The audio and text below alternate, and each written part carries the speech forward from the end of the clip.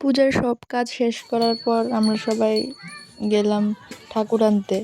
তো এখানে বাড়িতে আবার প্রদীপ টদীপ সব রেডি করেই গেলাম, কারণ রাইতে তো সন্ধ্যা হইব।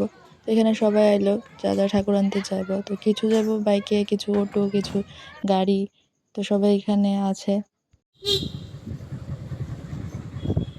পূজার সময় একটা অন্যরকমই যেমন বাতাস, সব দিকেই ঠাকুর আনতেছে, তার লেগে খুব ভালো লাগে। তো আমরা সবাই যাই। তো মার কাজ একটু করা বাকি, তো সবাই দ্বারা অপেক্ষা করতেছি, তৈরি যে করতেছে।